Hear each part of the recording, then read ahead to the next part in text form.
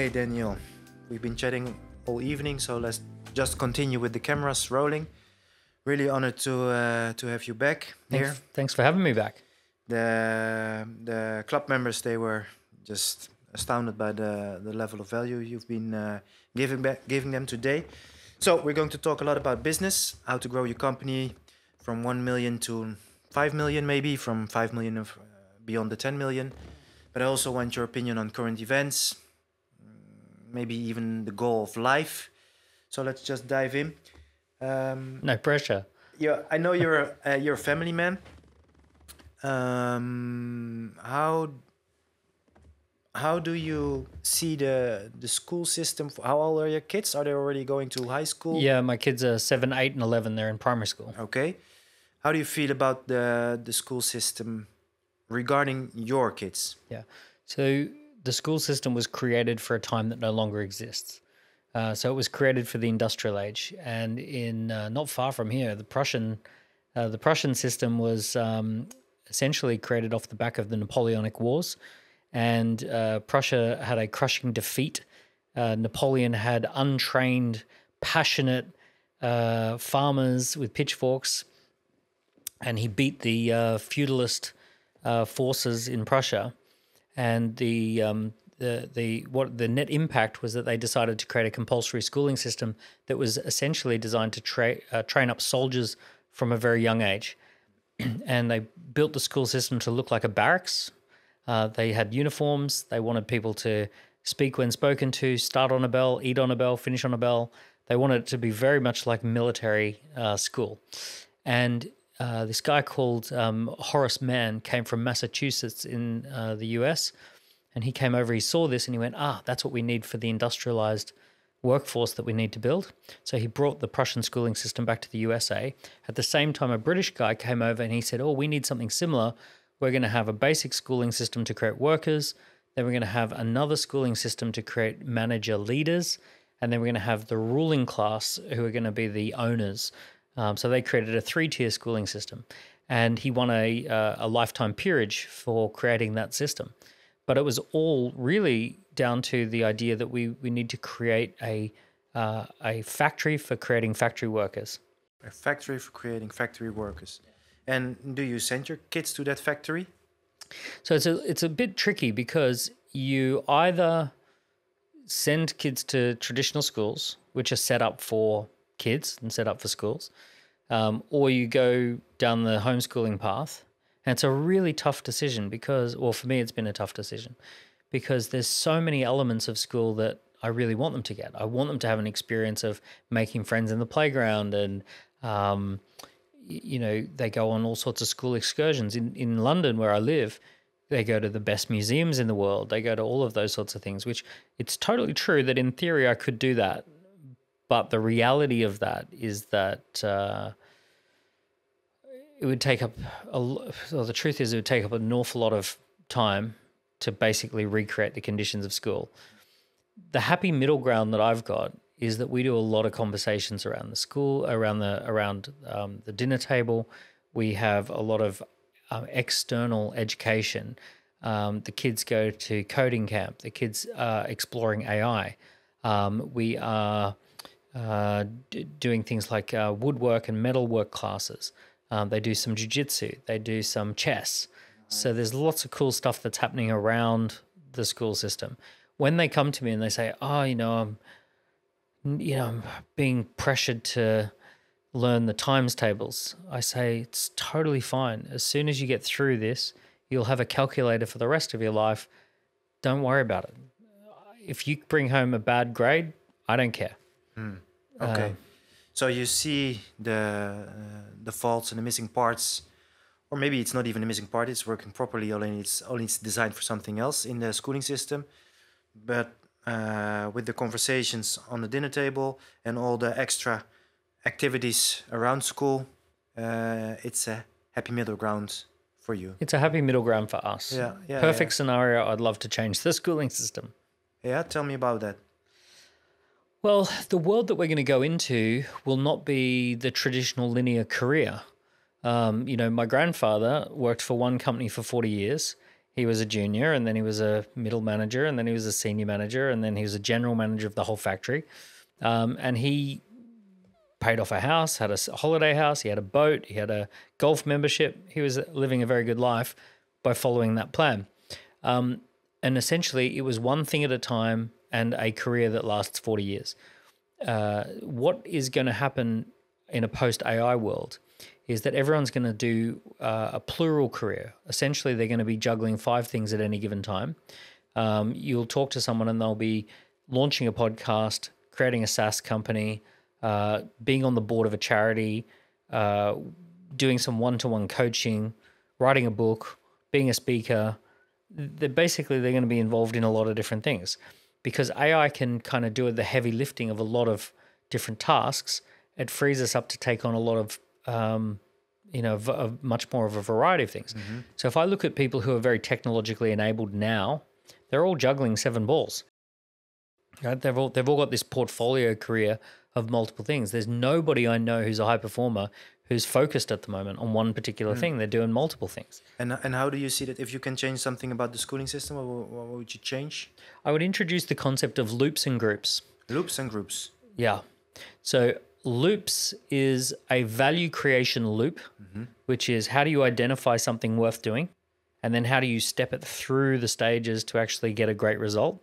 And how do you do that as quick as possible? So how do we create value creation loop? Grease a little bit or? Yeah. So think about so the traditional loop in the world of entrepreneurship is founder opportunity fit. So find something that's a good fit for you. And then do minimum viable product testing and then do product market fit, go to market, scale up, exit, innovate, celebrate, and then go again. Yeah. So there's this value creation loop.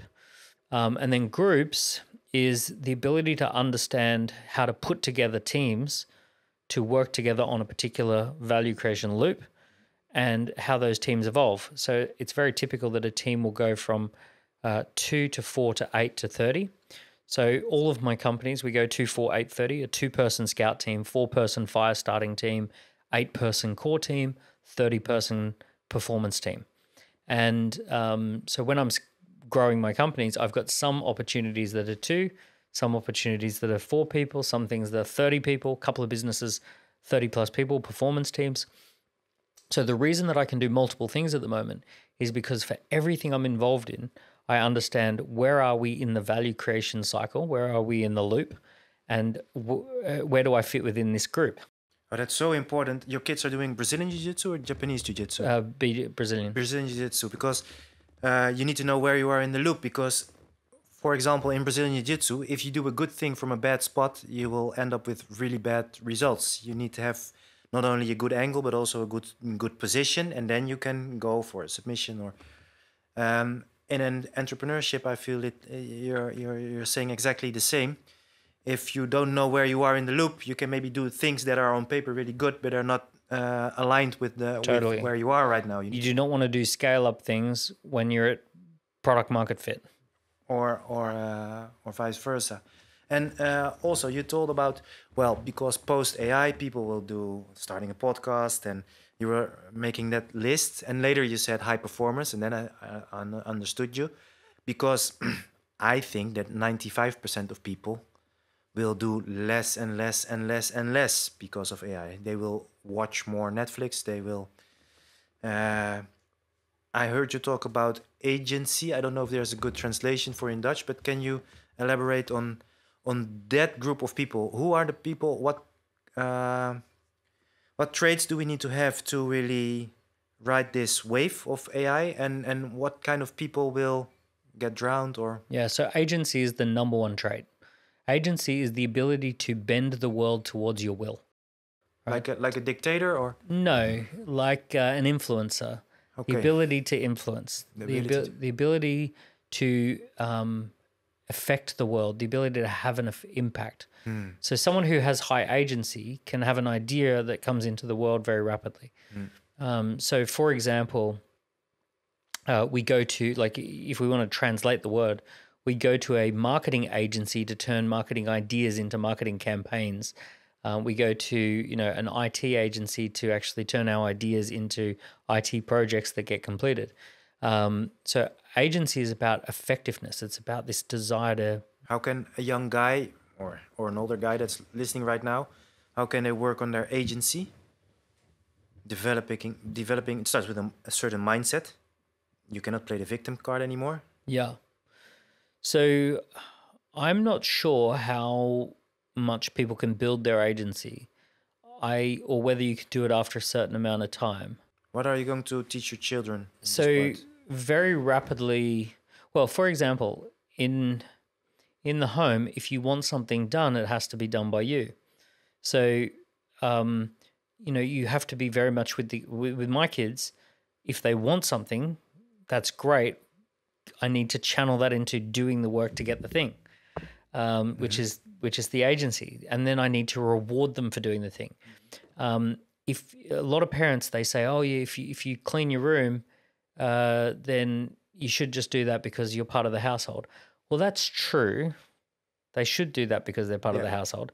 But if you want to train them to complete the dopamine reward loop, that doing things equals exciting outcomes, then even though it sucks that they should clean their room because they're good people, in the early days, you actually just want to make sure that you incentivize the thing. So you want to be able to say, yeah, if you do that, you get rewarded, right? Yeah. So if you put in the effort, things come out. If you think about the game Mario, when you start the game Mario, there's all these boxes very early on in the game where you bang the box and a coin pops out. Yeah.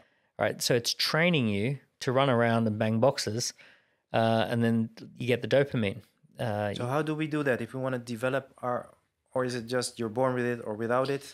Well, I think at a certain age, if you have tried putting in effort and nothing came back to you, your brain links up that effort does not equal rewards. So then it gives up. Yeah. So like if you take someone who in their life, they put in so much energy and so much effort in, and then they never felt that they got any rewards for doing so, things didn't work out the way they thought they were going to work out, then they essentially give up on their agency. Yeah. And unfortunately, when it comes to AI, agency is the differentiator. See, it used to be that high IQ was the thing that made you very valuable. If you were, if you had an IQ of 100 versus 130, 130 was going to be much more highly paid than 100.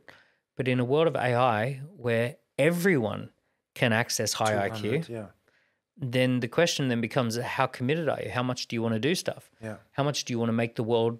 And what are you aiming for? Because if you're using an AI to satisfy your animal instincts, what a lot of people will do. Yeah. Well, we tend to lean towards create or consume. So with most people, they either get excited by creating something or get excited by consuming something. Yeah, or destroying something. That's I saw your Instagram post. I hadn't even thought about that. They get excited by create, consume, or destroy. Yeah. I hadn't even thought of that third option. So yeah, create, consume, or destroy. The problem with AI is it amplifies your natural tendencies. If you want to consume, it's going to be the most amazing for consuming. A great example is TikTok. TikTok allows you to just get the best of the best of the best of the best, minute after minute after minute after minute. With every swipe, it becomes better. Yeah. Oh, wow. A race car just crashed, and oh, look, a pretty girl just danced, and look, a shark just bit someone, and like it's just thing after thing after thing. And it's like flooding the brain with the most interesting things that you've ever seen. So therefore you can consume more. You go onto Amazon, look at these amazing products. They're just exactly the types of things that you're interested in, right? Consume. Go on to Spotify, have a listen to this music, consume. So AI is so good at figuring you out and getting you to consume. And there's no beating it. It's really important that people know that it's not possible for any chess player on the planet to beat AI chess. There is no chess player who can win. AI will always win at the thing that it's meant to win at, right? So whatever we give it to do, it will win. So some of the smartest people on the planet, they're getting AI to get you to consume more stuff. So there's no self-control. You will not have any self-control over this. The AI will beat you at the game. At the game, yeah. So it will, like, for example, let's say you go onto YouTube and you say, I am not a consumer, I'm not going to watch silly, ridiculous things. I'm going to watch really good lectures from top universities, and I'm going to watch the smartest people sharing the biggest ideas about the universe. It figured you out. It got you to consume, right? It figured you out, right? You said, oh yeah, I might spend an hour on this, and it got you to spend 2 hours because it gave you the thing that you think you're in charge of. Yeah. Right. So to not become a victim or a toy ball from AI, you need to have high agency. Yeah. But people that have, and some people, they start life with so much darkness and that they didn't choose. They put so much effort in life, but they didn't get any rewards, and that kills off agency. So, or they don't have clarity around what they want. So clarity is one thing. If you're now listening and you want high agency, create some clarity. No, just quickly on this. A lot of people born into wealthy households don't have agency. Because everything was just done for them. Yeah. And therefore they never built the muscle. So that's the second. So the first thing is clarity, writing, walking, sitting on a bench without any phone, getting clarity. And second thing is sacrifice, or doing some sort of effort. Willing to sacrifice in order for something greater in the future. Can you elaborate on that? Well, sacrifice was our first technology that separated us from all the other animals. So the Bible opens with stories about making sacrifices. And God asks humans to make sacrifices. Most famously, the father has to sacrifice his son. And he's called, God calls him to do this thing. So the message behind this is that when we are called to do something massive or something big, it involves a massive sacrifice. That's what goes with it. You can't have this without this. So for everybody that's listening now, that's suffering a lot, apparently there's a calling, a bigger calling. Yeah, well, those two things, I mean, hopefully it's not needless sacrifice, but thoughtful sacrifice. You go to the gym and you build muscles, or you put a lot of effort into home cooked meals, and you end up with healthy food. You take care of your kids. Yeah, you build a business. You work late, and then you have a bigger business. Yeah. So sacrifice and reward. So thoughtful sacrifice is a big part of agency. Intelligent sacrifice. So get clarity, and then everything's possible. Everything has its price. So get clarity on what do you need to sacrifice. And finally, allow yourself to receive the rewards. Oh wow, that's difficult for a lot of high achievers. For a lot of Stoics, they don't allow themselves to receive the rewards. And it's really important to know that if a computer game did not reward you for the correct actions, you wouldn't play it. No. So if you fail to give yourself rewards along the way, your brain is wired to just give up.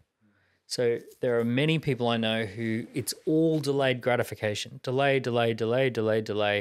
I will only do this when everything lines up. Yeah.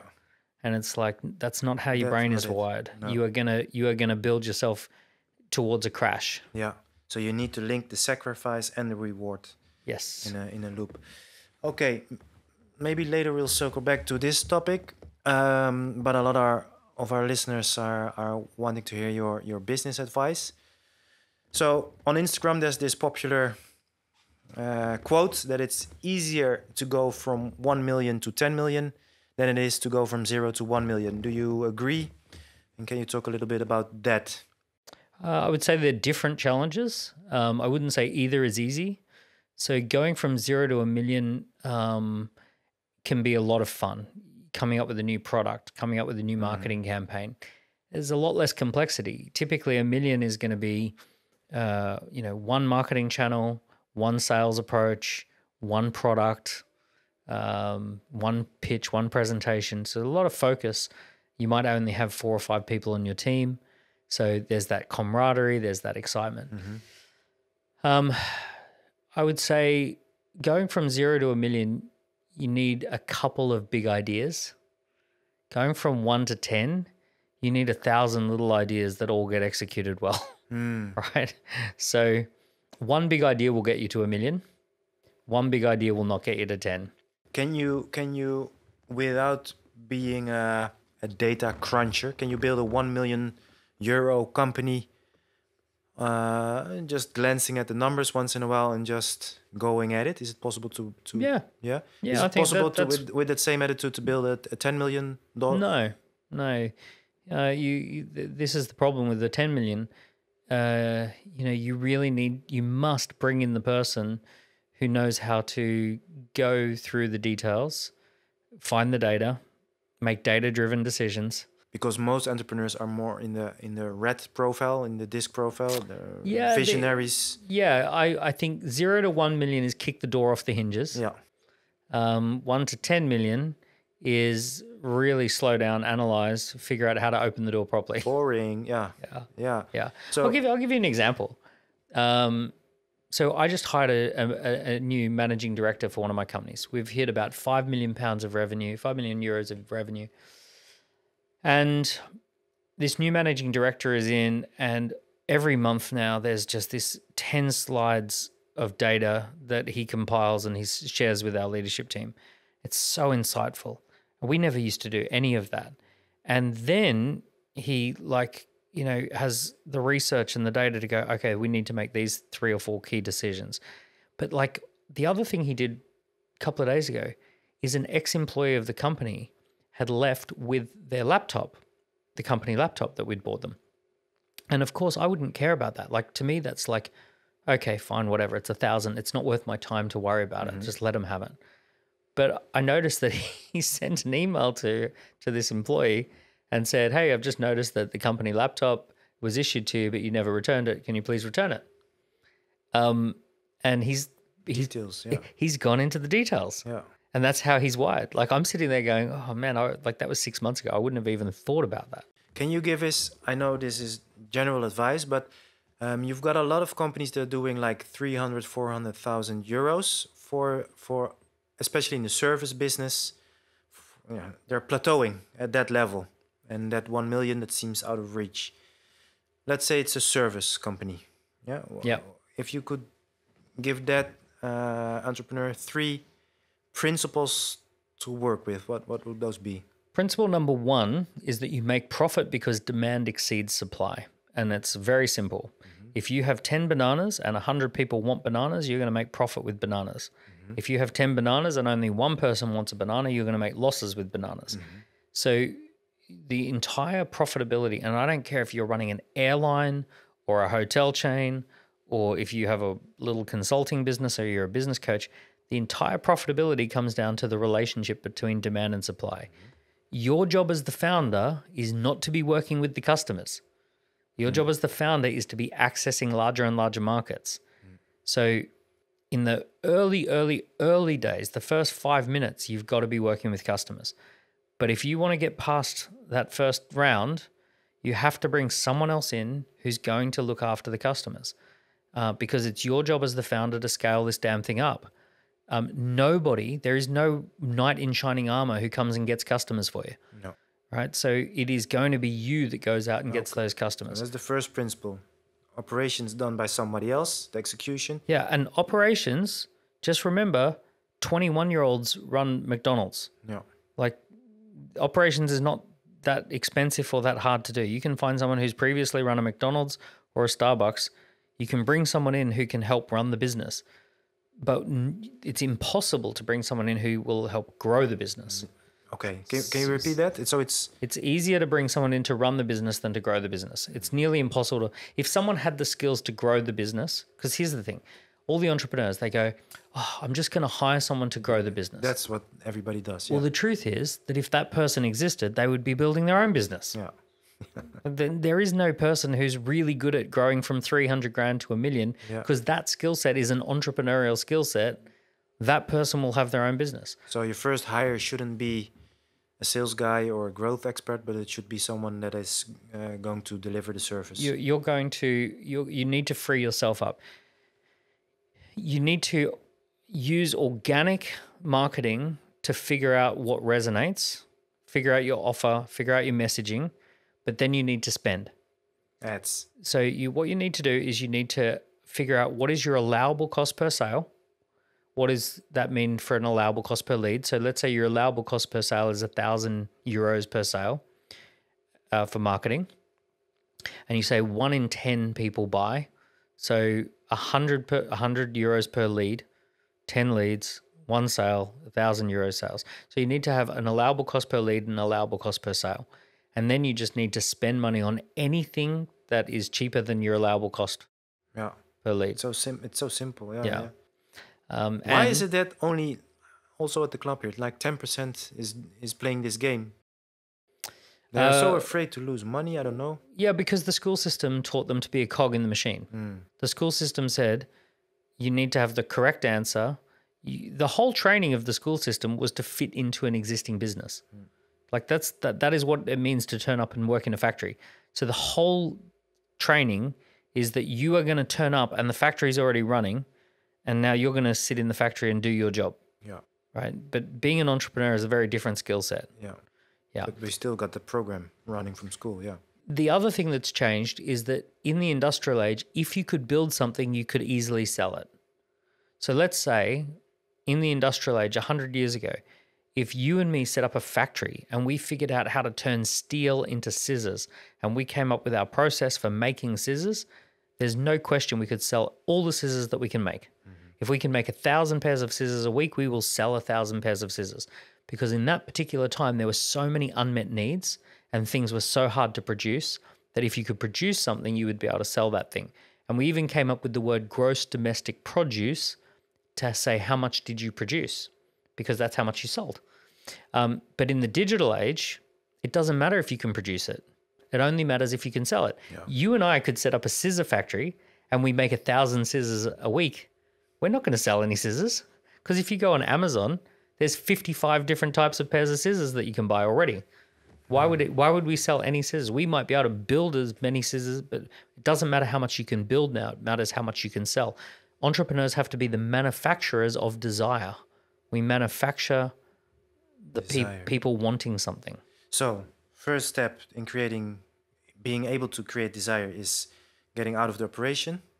Second step is testing organically what works. What problem am I going to solve for what specific target audience? And then if you found that answer, you need to make 2 small calculations. What are my costs per sale that I can handle? Allowable cost per sale. Allowable cost per sale, allowable cost per lead. Yep. And then do all kinds of activities, for example, Google ads, Meta ads, that are less than those numbers. Sponsorships you can do, all sorts of different things. So you need to start spending some money. Okay. Third one. The third one like 300,000-400,000 euros right now, plateauing a year.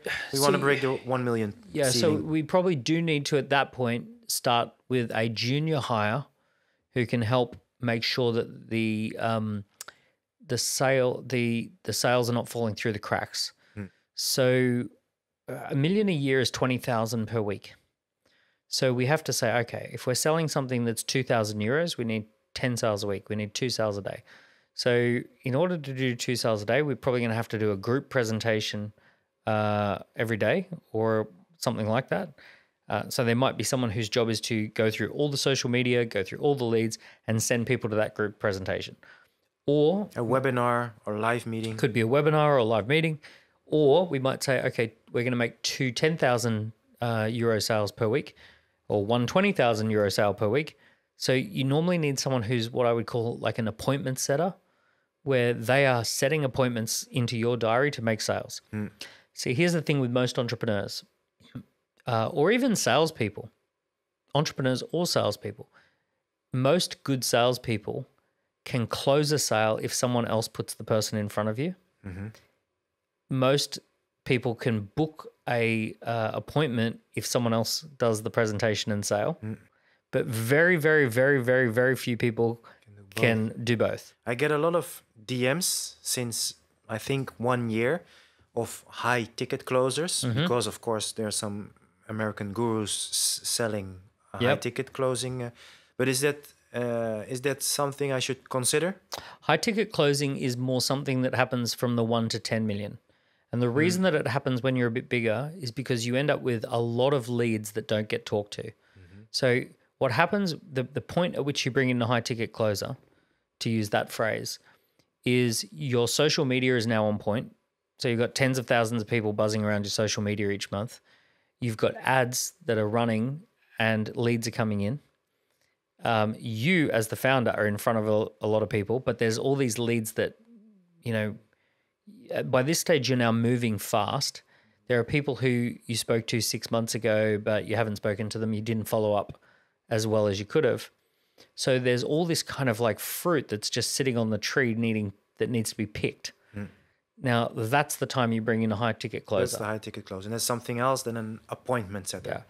So in an appointment setter is a more junior role. Yeah. And this is someone who, let's say they go through your LinkedIn, drop a message to everyone, hey, I work with Tibor. We've got a little event coming up. Would you like me to send you a free ticket?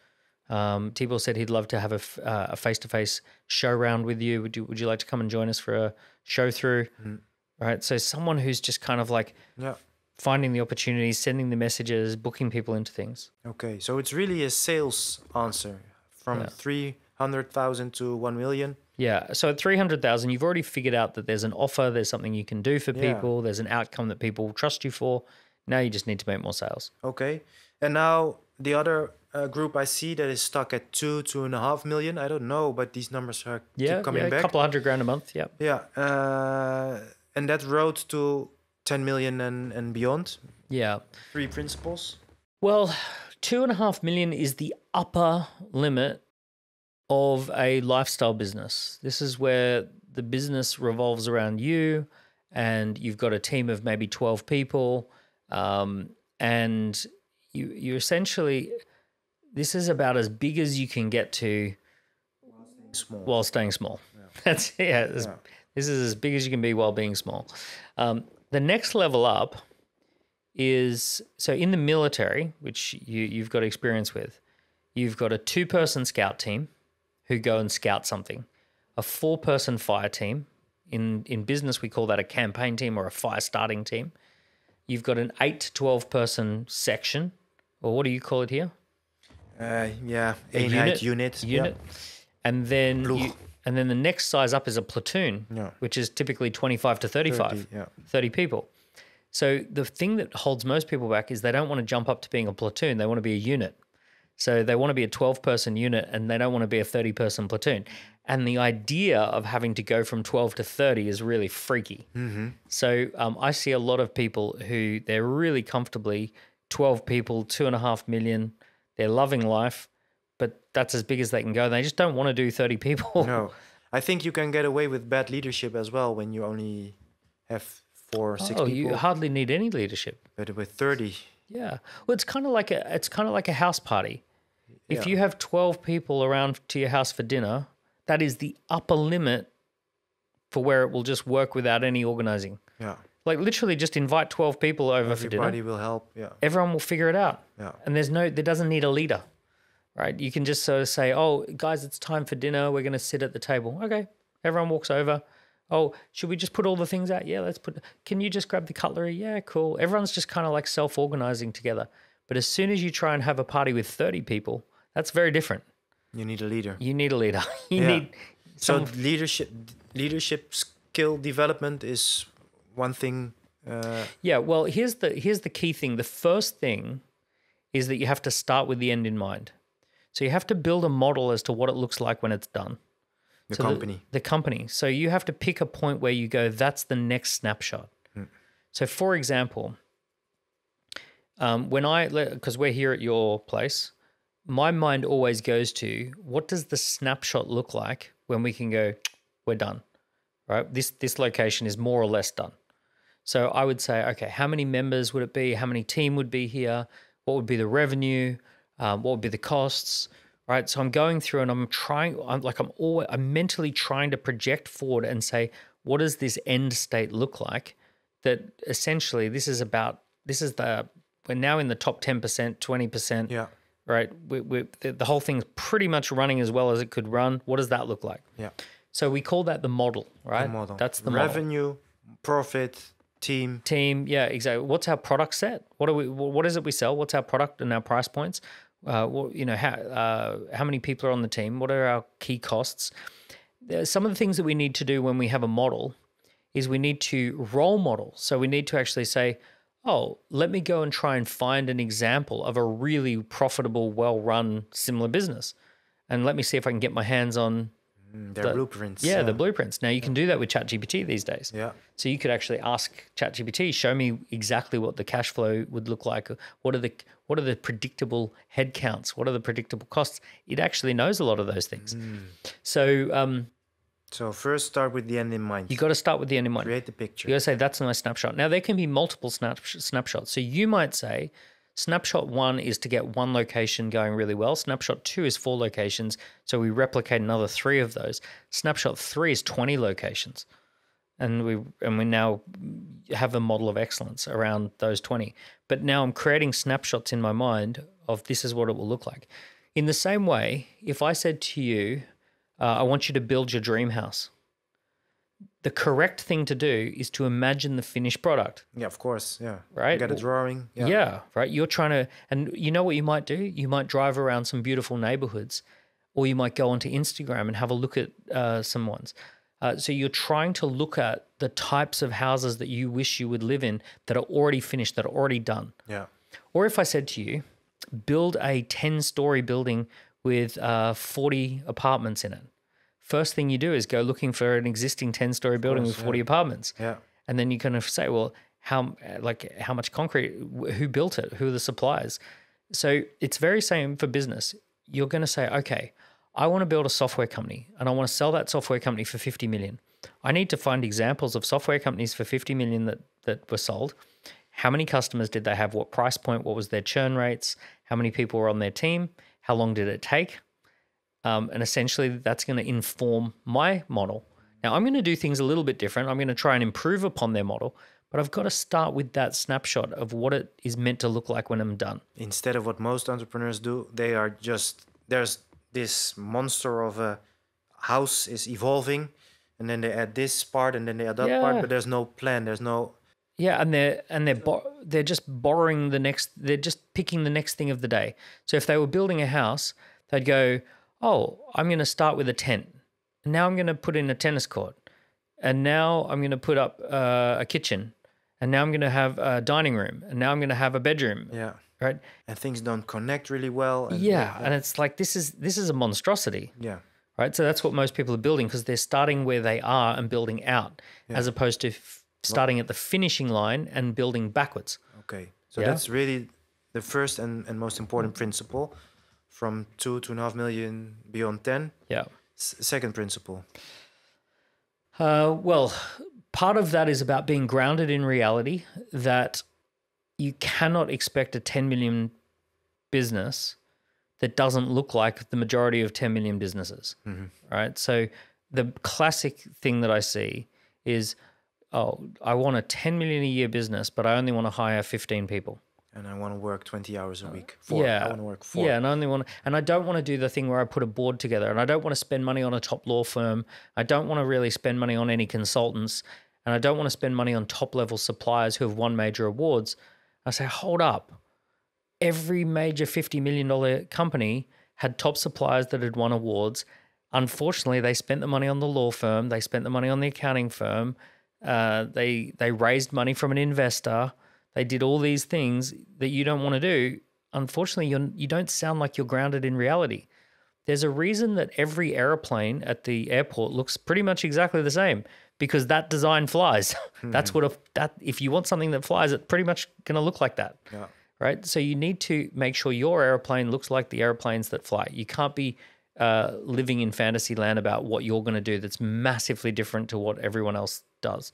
Right? I totally believe you, but how does this combine with being disruptive? And if you want a piece of the cake, you need to be different. Well, you definitely have you need to increase the value proposition. You need to go beyond where others have gone. You need to move the cannon forward, right? But consider this, your DNA is only 3% different to a chimpanzee, right? So you don't have to be that different. I hear that a lot, yeah. Yeah. So you only have to be 3% different to get a very, very different result. Richard Branson took over an airline industry by just making it a little bit fun, a little bit rock and roll, right? So he disrupted his industry just by taking a little bit of music industry culture. He didn't have to reinvent airplanes, right? So 3% is the difference between a chimpanzee and a human. So you can massively disrupt an industry if you're willing to be 3% different in the right place. Okay. So start with the end in mind, grounded in reality. Okay. To get to 10 million, overlings, not underlings. Overlings, not underlings means you're going to have to start hiring people who are better than you. So, for example, you're going to hire a chief operating officer who's run bigger businesses than you've ever run, is more comfortable with that than you are. You're going to probably hire a head of product who is incredibly good at building great products and will actually make your product redundant. The thing that you built that got you to 5 million is probably going to be parked because the head of product is going to come in and supersede it. Yeah. This was one of my biggest insights also of the last year, that delegating, you always get taught in business coaching land that you need to delegate everything that's like low urgency, low value on your to-do list. But if you're going to look for hires that are going to do those tasks, then you're looking for, what was the English term? Underlings? There's underlings, which are like not as good as you. Yeah. And overlings. Yeah. Well, if you search in your quadrant where you are zone of genius, let's say zone of genius, the Big Leap, the book, and you're going to search for a new hire. Yeah. Then you're forced to look for A players. In the first million, you're normally looking for generalists, people who can just throw themselves at anything and be directionally correct. But then as you get to 10 million, you've got specialists. Yeah. So in the early days, you probably hire someone who can do a little bit of social media and a little bit of ads, and they can do a little bit of like cold outreach. One person doing 4 or 5 things badly. A Swiss Army knife has 25 functions, but it doesn't do any one thing well. Yeah. But a bread knife can do one thing, cut bread, but it doesn't do anything else. It only cuts bread, but it's really good at cutting bread, much better than a Swiss Army knife. Yeah. So in the early days, you want to hire some Swiss Army knives. And then in the later part, you're basically filling the company full of bread knives and carving knives and forks. Okay, clear. Thank you. So very clear principles.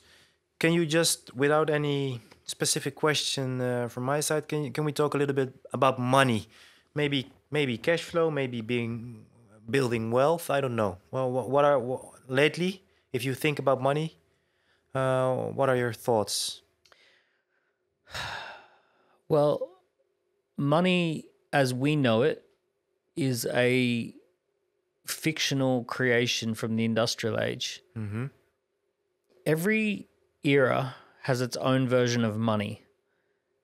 So society reflects technology.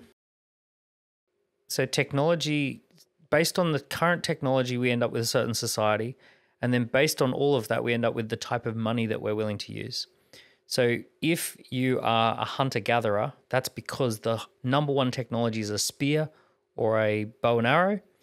And therefore, the money that you will use will probably be something like shells or bones or something that is relative to hunter-gatherer society. Mm-hmm. If you're an agricultural society, it's because the top technology that you have is the ability to raise animals, plow fields, basically harvest things out of the land. And then the money that we want to have is the thing that comes out of the land, gold, right? So it's of the land. So we have this gold that has come out of the land. When we then created an industrial society, the thing that was scarce and that stopped people from being able to expand was labor.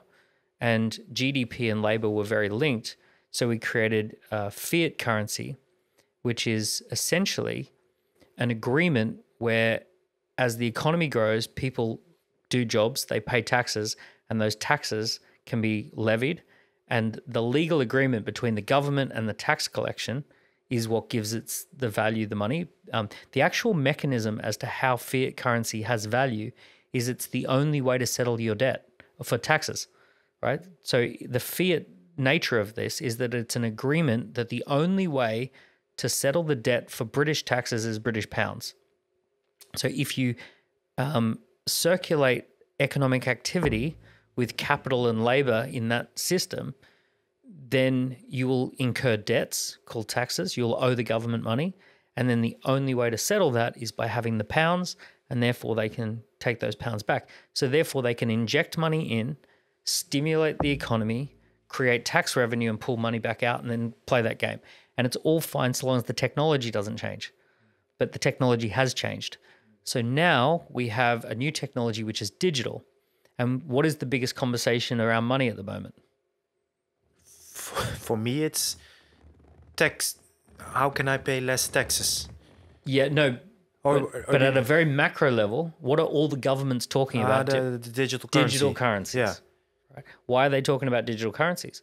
Control. Well, it's partially it's control. Taxes. Part of it's control, part of it's taxes.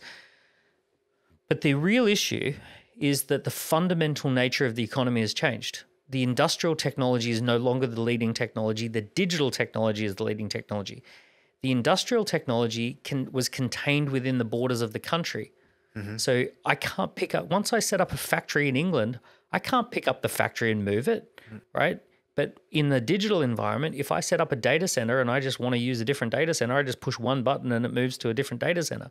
If I want to sell a online digital product, I can sell that to anyone anywhere in the world if they've got an internet connection.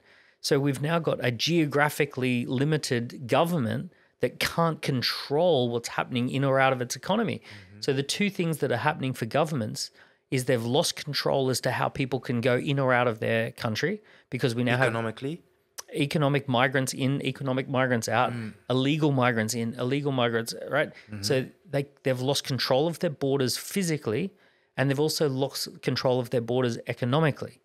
So all of the most successful companies, you try and tax them, they just get up and leave, right? So we're now in a world where the systems of the industrial age are breaking down. So they're going to have to replace the money. They're going to have to figure out how does the new money, what does the new money look like, right? In the same way that we used to have gold currency, gold-backed currency when we had the agrarian feudal system, because it was of the land, and then we had of the labor, of the capital, and now we're going to have something that reflects the technology of the day. I know that's probably not what you were asking me, but I know this was really interesting. But now, what should we do? Buy Bitcoin? Oh, well, yeah. Look, Bitcoin is a great hedge for doing that. It is definitely a version 1 of digital currency. What you really want to do is you want to become influential. Money is just a measure of influence. So if you're Tom Cruise, how much does it cost to travel in a Rolls Royce? Nothing. People will pay for it. Yeah. Right. If you're the king, if you're the most famous person, if you're the most influential person, if you are incredible academic, you don't have to pay for anything, because you're so influential that people throw stuff at you. I know people at the moment who are some of the most influential people in the planet, billions of views on YouTube, and people just literally send them stuff.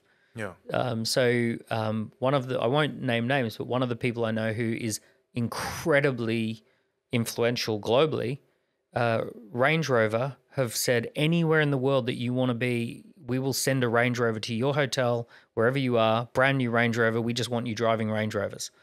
And he doesn't even want one. And the reason he doesn't want to, he wants a Tesla because it drives itself, and his time is so valuable, he doesn't want to be spending it driving. I know who you're talking about. Okay. Yeah. Okay, so we need and then let's make the transition. One of your first book was KPI. Yeah, Key Person of Influence. Key Person of Influence. So we need more influence. Yeah, but consider this. Imagine a scenario where the currency changes, but you're how incredibly influential. Then you're okay. You're fine. Now how can we become more influential? Well, the new currency of the day is social media following. The new assets are intangible assets that the industrialized mind doesn't even recognize.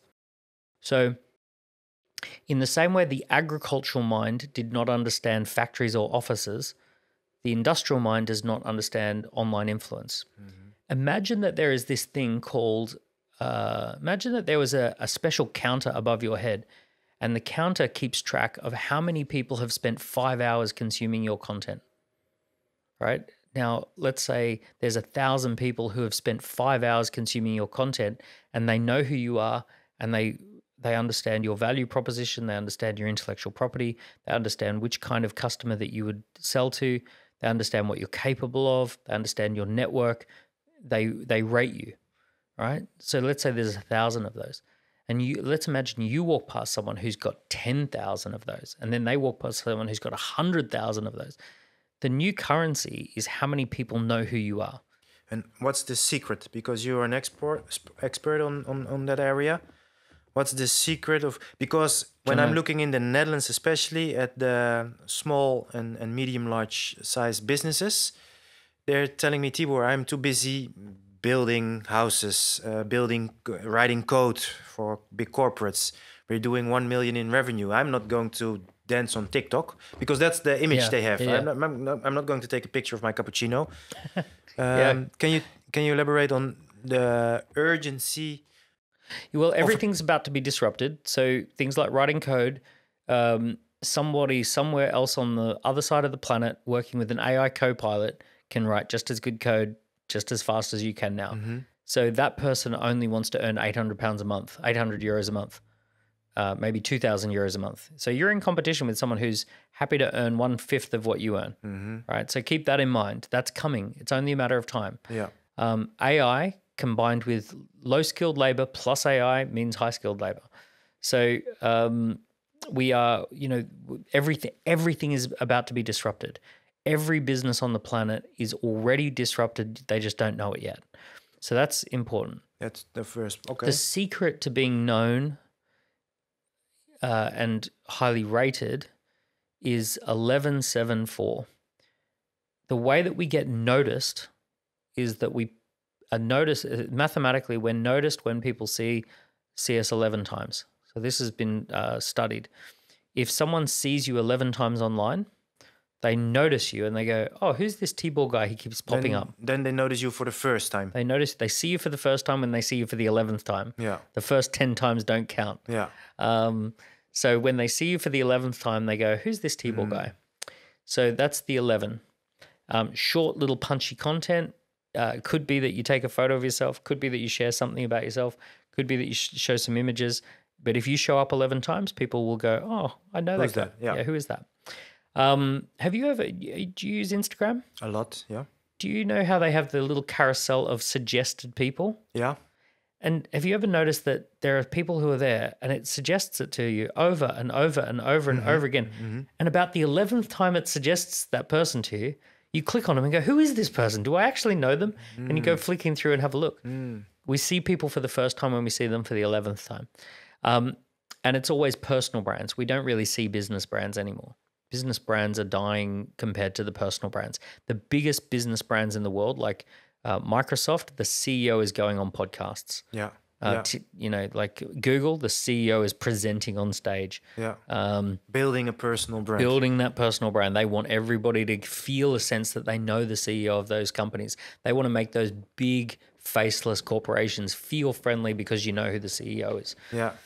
So if people want to test this, we can use our example of today. What's the color of the first letter of the Google logo? And someone said yellow. Yellow. Then someone said green. $100. Then someone said red. Yeah. Then the listeners they can now they figure out what they and then look it up. Yeah. But please continue. So they're building personal brands. Yeah. So building personal brands. So we need to. So the 11 thing, we need to post like 11 pieces of content a week. Every week, 11 pieces. Because if you post 11 pieces of content every single week, people will notice you every week. So then the next thing is 7. 7 is that it takes 2 to 7 hours for someone to feel like they know you. So if I listen to this podcast and it goes for an hour, I'm halfway to the minimum threshold of someone feeling that they know you. If we add some engagement, then it happens faster. Like DMs or in comments? Could be DMs, could be comments, could be taking an online scorecard, could be attending a workshop where there's participation, there's Q&A. Anything that's highly engaging, we feel like we get to know someone quickly. There's a reason that we go to a concert with a band. I might hear a song, which is quick. If I go to the concert and spend 2 hours listening to that band and I'm engaged and there's emotions flowing, then I feel like I know that band forever. Right? You can remember almost every concert you've been to. Right? So the 2 to 7 hour rule is the get to know you rule. And then the 4 is 4 reference points that tell me how to rate you. So the word rate is the price. What is your rate? What is your price? And we rate people based upon discount, mass market, niche market, or luxury market. You end up in one of those 4 buckets. You're in one of those 4 buckets. You're a budget discount option. Yeah. You're Ryanair. You're a mass market option. Okay. EasyJet. EasyJet. You are a niche market, like a affluent niche market, which might be British Airways, or you are a luxury market, private jet, jet card, right? Yeah. So when we... And you can win in all of those buckets? No. Okay. You can be in one bucket. No, you can win. Is it possible to win? Okay. Yeah. But we choose where someone goes based upon the reference points that we get. Okay. What are those reference points? So we need 4 reference points. So the way people establish brands is that they reference them against things that people already know. So for example, if I'm launching a new luxury brand, I would probably like to have George Clooney, who has worked with other luxury brands, be the face of my brand. And then I would probably like to do a photo shoot with maybe a luxury location, because I can see, he's at Lake Como at the Grand Tremezzo Hotel, and there's a Rolls Royce parked on the driveway, and he's wearing a Omega watch, and okay, now it's making sense. This is a luxury brand. So the reference, all the associations. Yeah.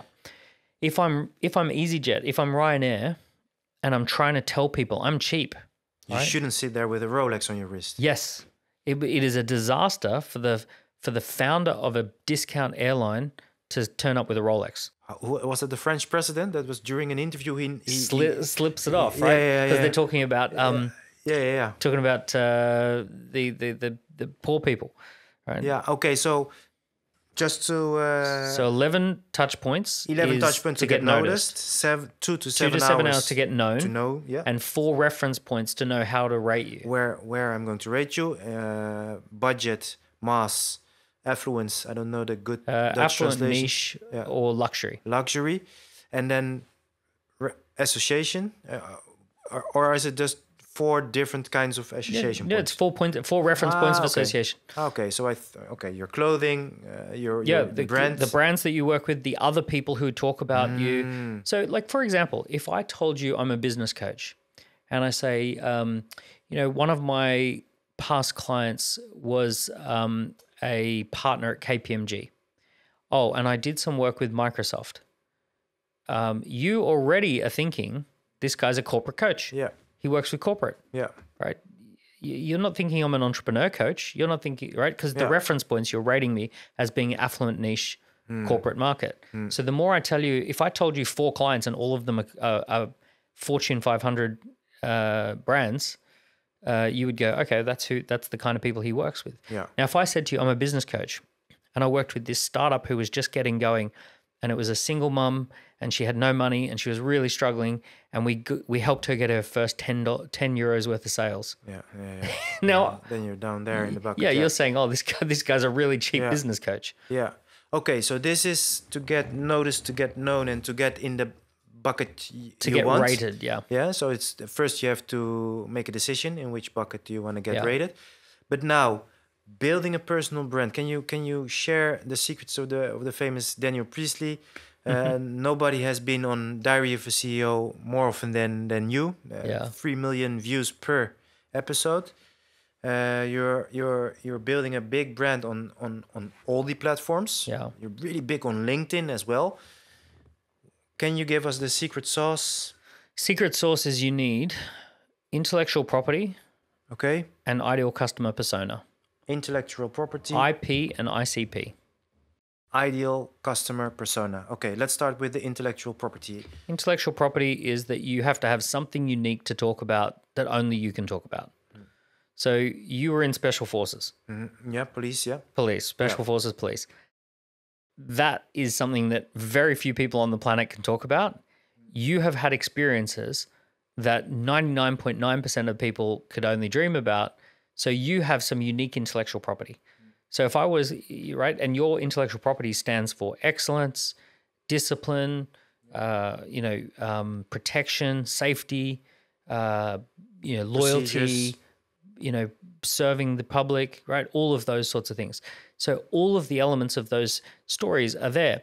Now, other people could talk about discipline, other people could talk about service, other people could talk about all those things, but you talk about it through your lens of your experience. That's your intellectual property because you've done something. Should it be a personal story? I don't like to talk about... It should be referenced through the lens of a personal story. So if you wanted to if you wanted to accelerate your personal brand, anything that is a unique experience that is your story, that is unique intellectual property that people will gravitate towards. And how can we make sure that... Because if I put you in touch with Stephen Bartlett and he says, tell us what was it like being in the Secret Service? Yeah. You're going to go, well, I can't tell you. Well, then that's the end of the podcast. Yeah. I understand you.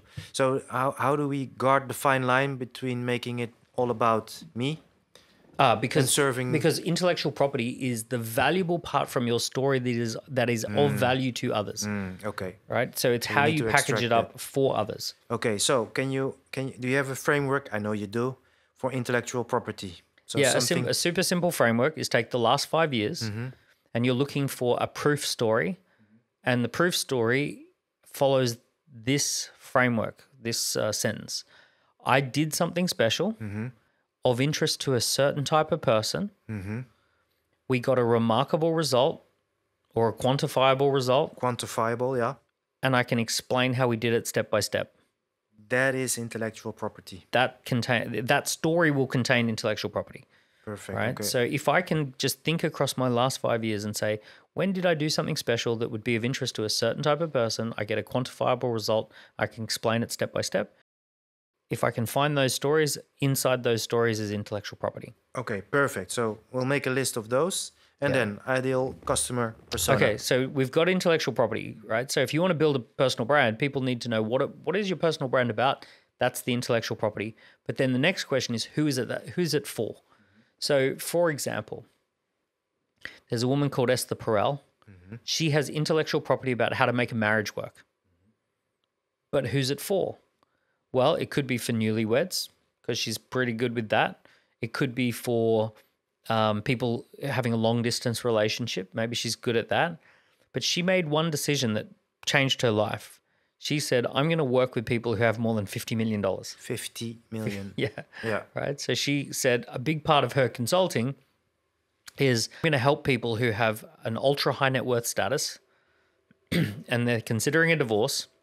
In particular, she actually said ultra high net worth dealing with infidelity. That was her original proposition. So if you are super rich and you've slept around, she says, and you're about to lose half.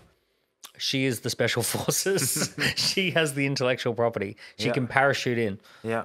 Now, what is powerful is that she asked a question, who has the most to gain from what I know?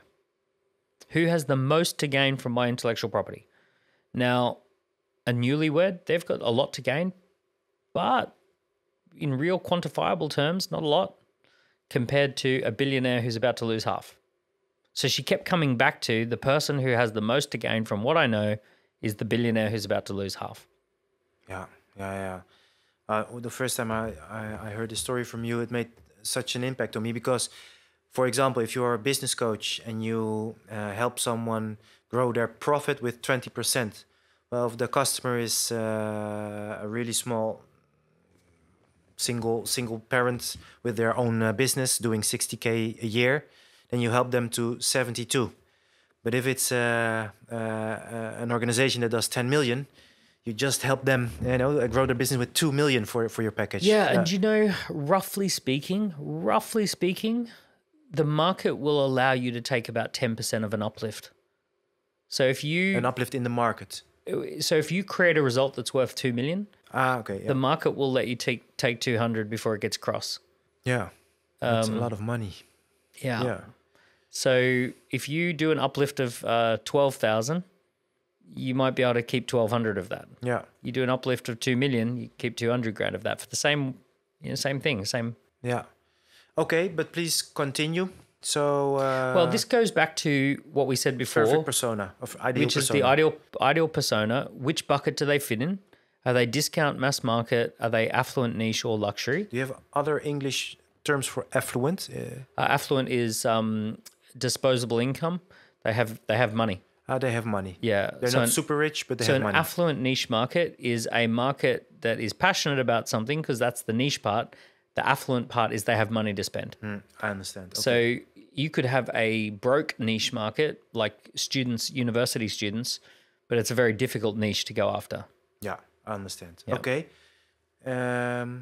More to say about Well, once we have total clarity around what is your intellectual property and who is that for, it's very easy to build the personal brand because all you have to do as the person is talk about your intellectual property as though you're talking to that person. That's it. That's it. Add value to those people by talking about your intellectual property. To round it up, Daniel, because I see your taxi arriving, can you talk a little bit, just in general, I want to pick your brain. So we are going to build personal brands. We're going to show what we believe in, what we stand for, our intellectual property, what we think that can help the other person. But then the social media channels are flooded with artificial produced content.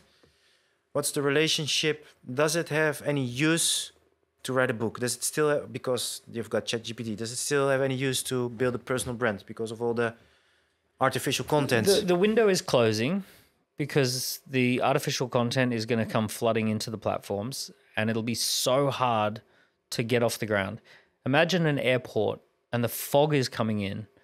If you're already up in the air, you can stay up in the air. But if you're on the ground, we're not going to let you take off because there's too much fog. So the time is now to start. The time is now, right? The fog is coming in. You're actually right. In a year or two, probably after 2027, it'll be nearly impossible to have a personal brand. What you'll have to do is partner with someone who already does. But if you have a personal brand in, let's say, 2028, it will be really valuable. If you have 2 to 20,000 people who know who you are, who rate you, who understand your intellectual property and who it's for, if you've got 2 to 20,000, then you're above the fog. That's fine, right? You'll be able to continue because you'll always have a critical mass of people engaging with you. So you see there's still value in the human factor. Oh, people are going to lose trust in everything they see and they're going to gravitate towards the people they trust. So what's going to happen for you is that your brand will go through the roof because as trust in society goes down, then people will cling to the life raft of one person that they trust. And then they'll say, well, if you're involved, then fine, I'll be involved. Right? So the value of your trusted brand is going to go through the roof. I'll predict what's going to happen to you in 2 years, 3 years from now. People are going to come to you and say, will you be the personal brand for our company? Will you be the personal brand for our product or service? We'll give you 30% of the company if you just simply be the face of it, right? Because because you've built this trust with this market.